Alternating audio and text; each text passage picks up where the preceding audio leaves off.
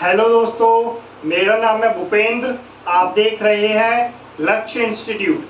आज की इस क्लास में हम स्टार्ट करने जा रहे हैं क्लास 9th का साइंस का चैप्टर नंबर 3, जिसका नाम है एटम एंड मॉलिक्यूल।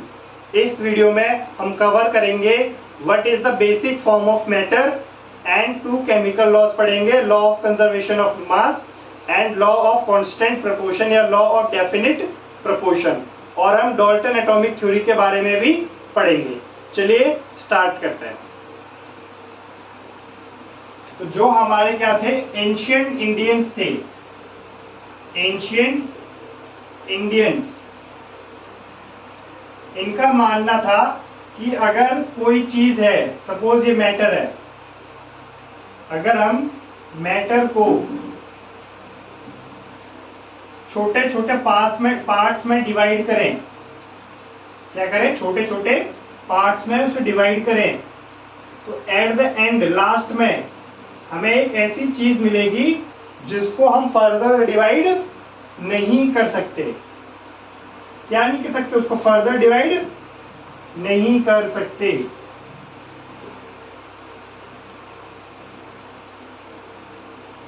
तो उसको इन्होंने नाम दिया परमाणु। क्या नाम दिया? परमाणु।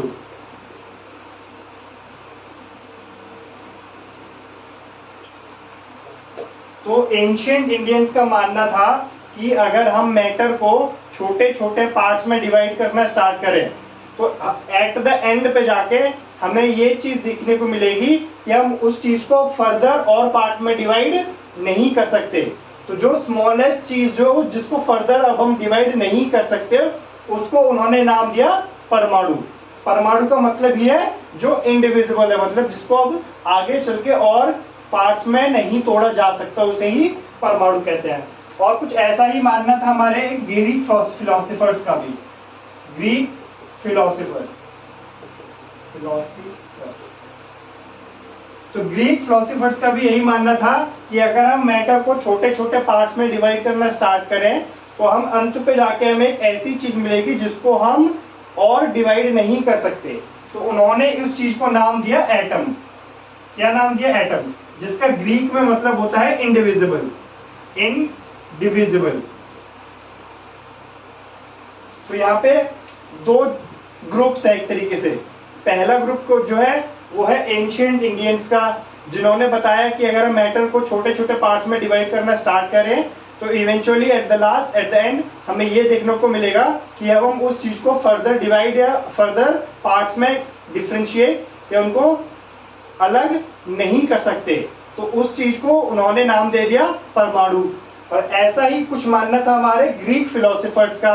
इनका भी मानना यही था कि अगर हम मैटर को अगर छोटे छोटे पार्ट्स में डिवाइड करें, तो एट द एंड हमें जाके एक ऐसी चीज मिलेगी जिसको कि फर्दर अब हम डिवाइड नहीं कर सकते। तो उसी चीज को ग्रीक फिलोसोफर ने नाम दिया एटम। और एटम जो वर्ड है वो ग्रीक भाषा से लिया गया है, ग्रीक लैंग्वेज से लिया गया है, जिसका मतलब होता है इंडिविजिबल, जिसको और पार्ट्स में डिवाइड ना किया जा सके। तो ये जो इनकी थ्योरी, जो इनके एक्सपेरिमेंट्स थे और जिन्होंने बातें कही, ये हमारी early at the 18th century की थी, end of 18th century, end of 18th century की बात है। तो at the end of 18th century में एंशियंट इंडियंस और ग्रीक फिलोसोफर ने एटम्स या परमाणु के बारे में हमें बताया कि अगर हम मैटर को छोटे छोटे पार्ट्स में डिवाइड करना स्टार्ट करें, तो हम एक लास्ट में जाके एक ऐसे स्टेज पर पहुंच जाएंगे जिससे हम मैटर को अब फर्दर डिवाइड नहीं कर सकते। तो उसी को उन्होंने नाम दे दिया परमाणु या फिर एटम नाम दे दिया। तो ये तो बात थी एंड ऑफ 18th सेंचुरी। ये सारे काम कब हो रहे थे? At the end of 18th century. 18th century जब खत्म हो रही थी तब ये सारे काम हुए थे। At the end of 18th century पे ही 2 हमारे केमिस्ट आए, 2 केमिस्ट आए, जिनका नाम अभी हम पढ़ेंगे। आई होप आप सब इसे पढ़ लिया।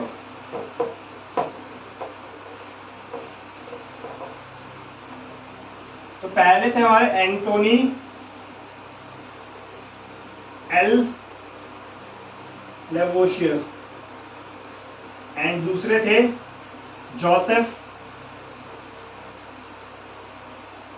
L Proust. तो ये दो साइंटिस्ट थे, केमिस्ट थे, जिन्होंने क्या किया, दो केमिकल लॉज दिए, गेव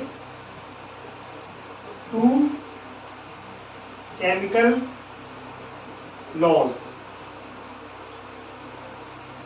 दो केमिकल लॉज दिए इन्होंने, जिसमें पहला जो है वो है law of conservation of mass, law of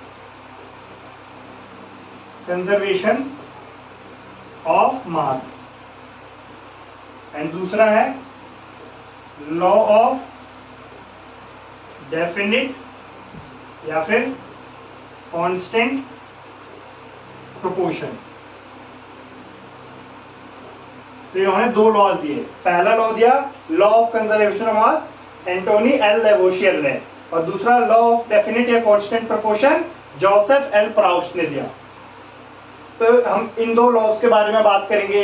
ये जो काम चल रहे थे ये at the end of 18th century के टाइम पे चल रहे थे, जब साइंटिस्ट ने ये फिगर आउट कर लिया कि मैटर को अब हम ऐसे मैटर को डिवाइड करें और हम एक ऐसे स्टेज पे पहुंचेंगे जहाँ पे हम मैटर को और डिवाइड नहीं किया जा सकता, उसको उन्होंने नाम दिया एटम। तो उनके दिमाग में अब ये चीज आई कि चलो ये तो एटम तो हो गया फिक्स की सारी चीजें एटम से मिलकर बनी हुई है। तो फिर उनके दिमाग में एक सवाल आया कि ये जो एटम्स होते हैं ये एटम्स क्यों कंबाइन करते हैं और कैसे कंबाइन करते हैं, मतलब ये क्यों कंबाइन करते हैं एटम्स मिलकर और सारी चीजों का निर्माण कैसे करते हैं, या फिर वो और ऐसा ये करते कैसे हैं। तो इसी चीज को समझाने के लिए कि मैटर जो एटम्स हैं वो क्यों कंबाइन होते हैं और कैसे कंबाइन होते हैं, उन्हीं दोनों चीजों को बताने के लिए इन दोनों ने दो लॉज दिए। तो एंटोनी एल लेवोशियर ने लॉ दिया लॉ ऑफ कंजर्वेशन ऑफ मास, और जोसेफ एल प्राउस्ट ने दिया लॉ ऑफ डेफिनिट या कांस्टेंट प्रोपोर्शन। अब हम इन दो केमिकल लॉज के बारे में पढ़ेंगे। तो सबसे पहला लॉ पढ़ेंगे law of conservation of mass. I hope आप सब ने उतार दिया हो।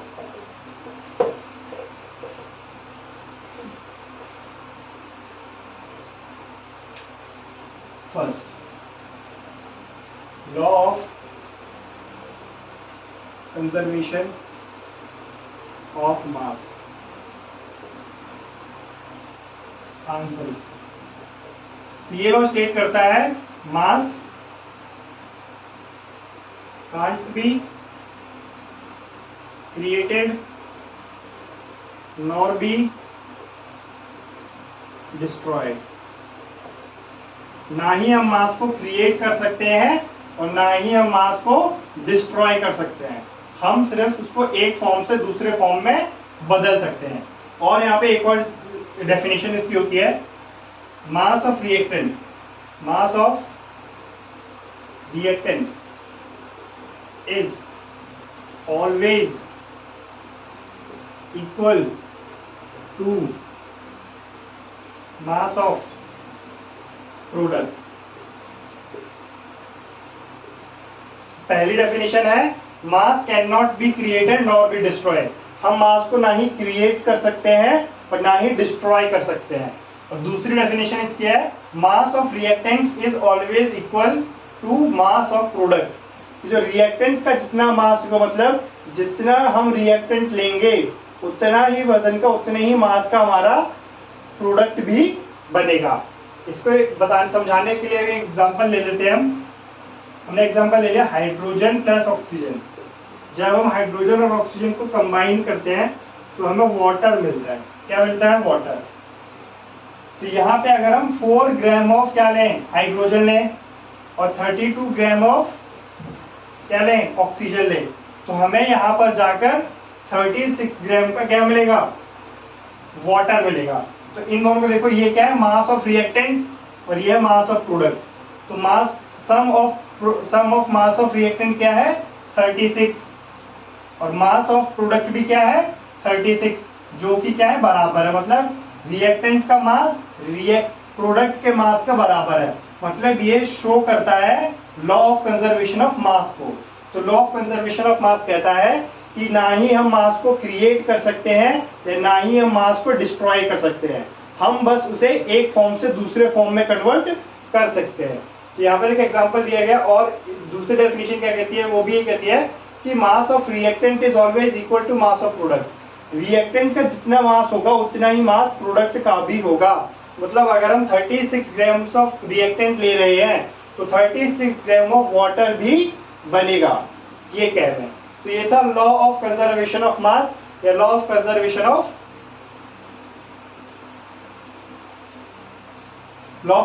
ऑफ मास, ये हो गया। अब हम बात करते हैं लॉ ऑफ कांस्टेंट प्रोपोर्शन या फिर लॉ ऑफ डेफिनिट प्रोपोर्शन के बारे में। आई होप आप सब ने से पढ़ लिया हो।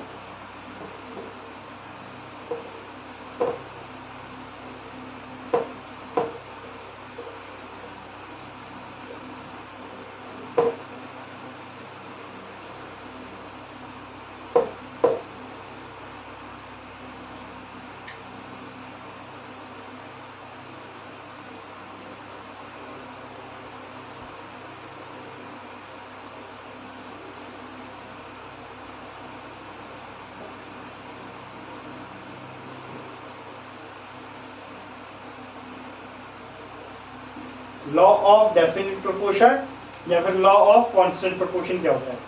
तो लॉ ऑफ डेफिनिट प्रोपोर्शन कहता है कि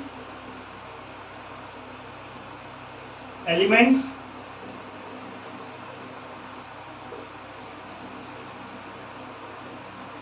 always combine in fixed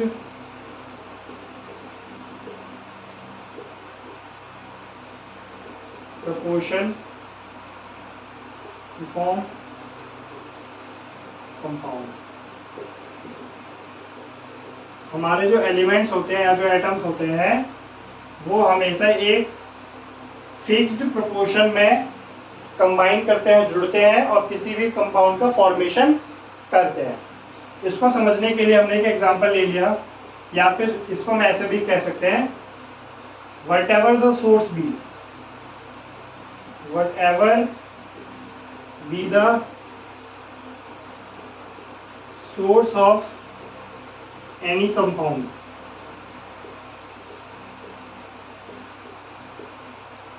it always contains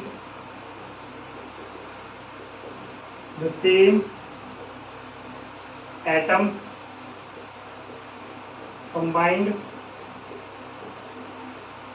in fixed proportion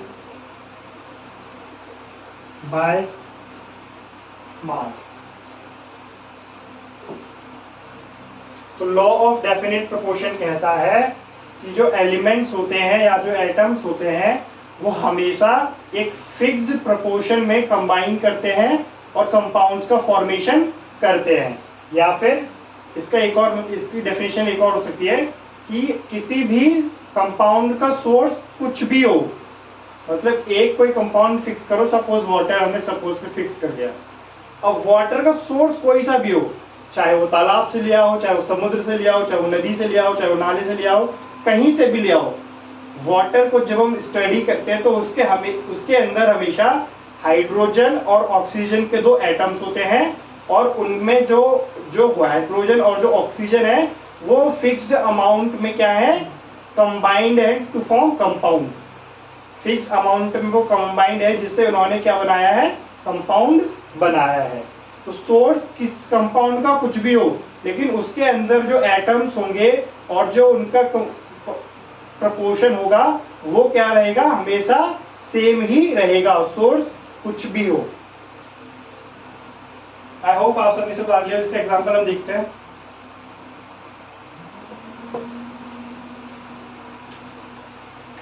हमने ले लिया H2O from anywhere, any source.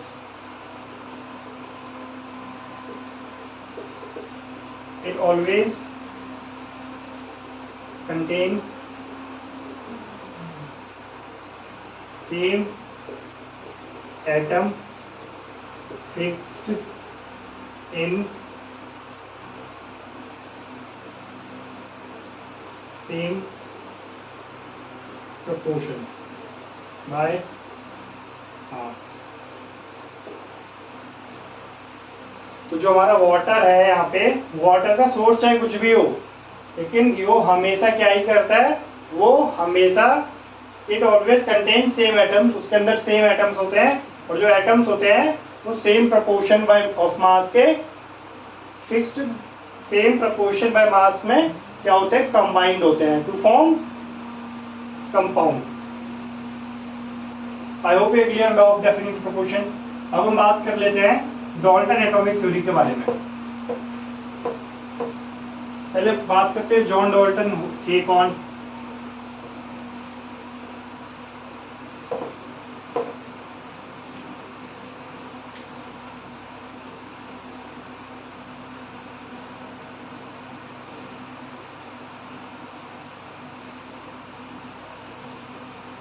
तो जॉन डाल्टन क्या थे, एक केमिस्ट थे, ये भी साइंटिस्ट थे, जिन्होंने क्या दी, एटॉमिक थ्योरी दी,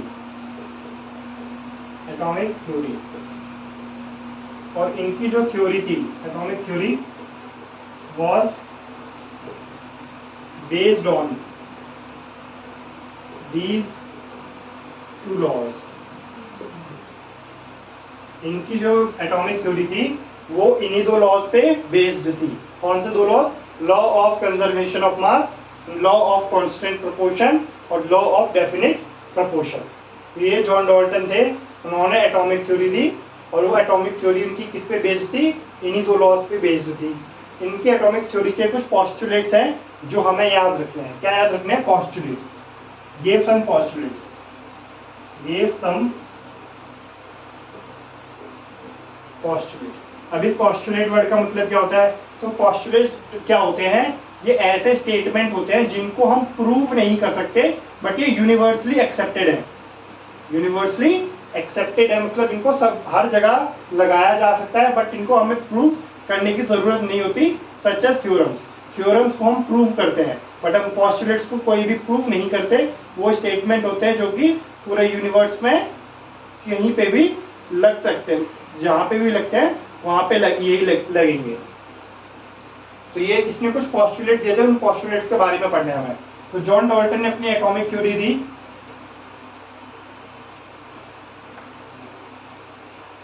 तो उसके कुछ पॉस्टुलेट्स हैं, जो पॉस्टुलेट्स हमें याद रखते हैं, तो पॉस्टुलेट्स मैं करवा रहा हूँ।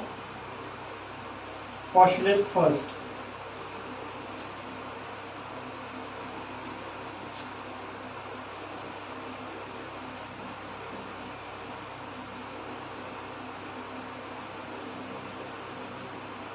तो पहला जो है ये इसमें ये कह रहा है, पहला पॉस्टुलेट्स है all types of matter is formed of small indivisible particles called atoms। तो जितना भी मैटर हम देखते हैं, हर टाइप का मैटर जो होता है वो स्मॉल इंडिविजिबल पार्टिकल से मिलकर बना है, जिनको हम एटम्स कहते हैं। तो ये पहला पॉस्टुलेट है। दूसरा पॉस्टुलेट क्या कहता है, which cannot be created or destroyed in a chemical reaction। atoms are indivisible, इनको तोड़ा नहीं जा सकता। atoms are indivisible and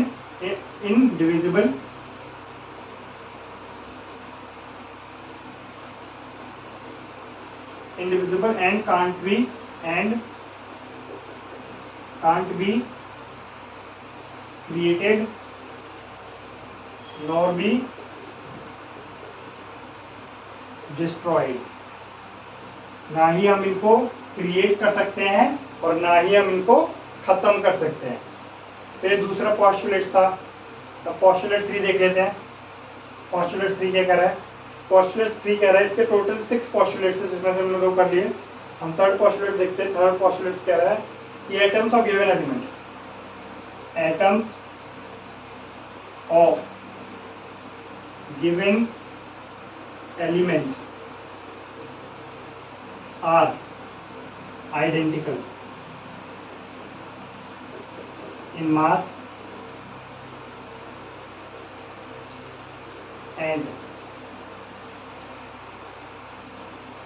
chemical properties। तो थर्ड लॉ क्या कहता है, थर्ड पॉस्टुलेट कहता है कि अगर हम एक ही एलिमेंट के एटम्स लें तो वो एटम्स क्या होंगे, मास में भी आइडेंटिकल होंगे और उनकी वो केमिकल प्रॉपर्टीज भी उनकी क्या होंगी, आइडेंटिकल होंगी। तो ये पॉस्टुलेट 3 था। अब बात कर लेते हैं पॉस्टुलेट 4 की।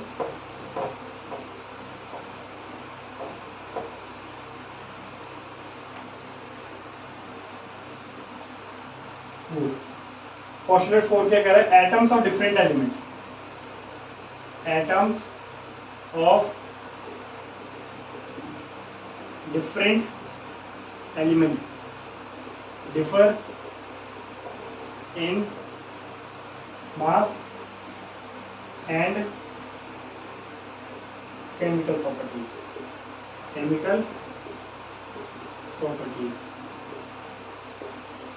जो हमारे एटम्स होते हैं, डिफरेंट एलिमेंट के अगर एटम्स हम लें, डिफरेंट एलिमेंट्स के अगर हम एटम्स लें तो जो एटम्स होंगे वो मास में भी क्या होंगे, डिफर करेंगे और केमिकल प्रॉपर्टीज भी उनकी डिफरेंट होंगी। तो ये था पॉस्टुलेट 4। अब बात कर लेते हैं पॉस्टुलेट 5 की, जो कह रहा है atoms combine in the ratio of small whole numbers to form compounds. Atoms combine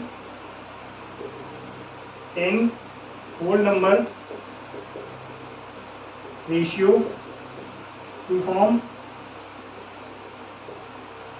compound।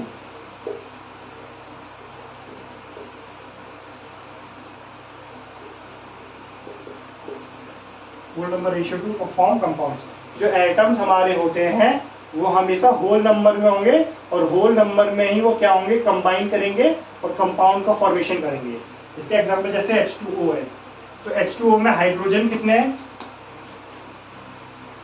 H2O में हाइड्रोजन है 2 और ऑक्सीजन है 1, जहाँ पे ये भी होल नंबर है, ये भी होल नंबर है। तो इन दोनों जो इनका जो रेशियो है इनका, वो क्या whole small whole number ratio है, 2:1 का रेशियो है। तो इसीलिए क्या करें, ये कंपाउंड बना रहे उस तरीके से। तो atoms combine in small whole number ratio to form compounds. Atoms क्या होते हैं, स्मॉल होल नंबर रेशियो में कंबाइन करते हैं और कंपाउंड का फॉर्मेशन करते हैं। तो ये था पॉस्टुलेट 5। अब बात कर लेते हैं पॉस्टुलेट 6 और last postulate of this theory.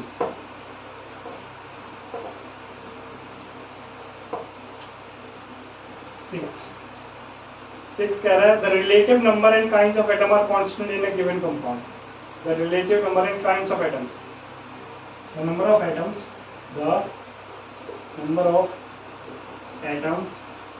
Are constant in a given compound. क्या रहा है ये, the number of atoms are constant in a given compound, कि कोई भी कंपाउंड है, जैसे हमने ले लिया शुगर ग्लूकोज C6H12O6, ये ग्लूकोज का फॉर्मूला है। तो ग्लूकोज के फॉर्मूले में हमें डेफिनेट नंबर ऑफ एटम्स देखने को मिलेंगे, कार्बन, हाइड्रोजन और ऑक्सीजन। यही 3 एटम्स इसमें कंबाइंड है केमिकली टू फॉर्म ग्लूकोज। तो ये था पॉस्टुलेट 6। ये थी atomic theory, Dalton atomic theory, जिसके हमने 5 पॉस्टुलेट पढ़े। पहला पॉस्टुलेट कहता है all matter is made up of tiny particles called atoms which participate in chemical reaction. जितने भी मैटर है, हर तरीके का जो मैटर है वो स्मॉल इंडिविजिबल पार्टिकल से मिलकर बना हुआ, जिसको एटम्स कहते हैं, और जो कि केमिकल रिएक्शंस में पार्टिसिपेट करते हैं। Atoms are indivisible particle. अब एटम्स को हम और भी छोटे छोटे टुकड़ों में तोड़ नहीं सकते। Atoms of given element are identical in mass and chemical properties. किसी भी एलिमेंट के अगर हम 2 या 2 से ज्यादा एटम्स उठाएं तो वो क्या होंगे, मास में भी आइडेंटिकल होंगे और उनकी केमिकल प्रॉपर्टीज भी आइडेंटिकल ही होंगी। पॉस्टुलेट 4 क्या कहता है, पॉस्टुलेट 4 कहता है अगर हम डिफरेंट एलिमेंट के एटम्स को उठाएं, डिफरेंट एलिमेंट के एटम्स को उठाएंगे तो उनकी जो क्या करेंगे, वो मास में भी डिफर करेंगे और उनके केमिकल प्रॉपर्टीज भी डिफरेंट होंगी। पॉस्टुलेट 5 कहता है कि एटम्स हमेशा जो होते हैं वो स्मॉल होल नंबर रेशियो में कंबाइन करते हैं टू फॉर्म कंपाउंड। और पॉस्टुलेट 6 लास्ट वन ये कहता है किसी भी कंपाउंड के अंदर नंबर ऑफ एटम्स क्या होता है, कांस्टेंट ही होता है, इनफाइनाइट नहीं होता। तो ये थी हमारी एटॉमिक थ्योरी, जो कि थी डाल्टन ने दी थी, जॉन डाल्टन की एटॉमिक थ्योरी। हमने इस वीडियो में कवर किया कि एटम होता क्या है, बेसिक फॉर्म ऑफ मैटर क्या होता है। हमने 2 लॉज के बारे में पढ़ा, law of conservation of mass and law of definite proportion या लॉ ऑफ कांस्टेंट प्रोपोर्शन। फिर हमने डाल्टन एटॉमिक थ्योरी के बारे में जब पढ़ा और उसके 6 पॉस्टुलेट्स के बारे में भी पढ़ा, और नेक्स्ट क्लास में हम स्टार्ट करेंगे व्हाट इज एटम, कि एटम होता क्या है। तब तक के लिए देखते रहें लक्ष्य इंस्टीट्यूट। Thank you.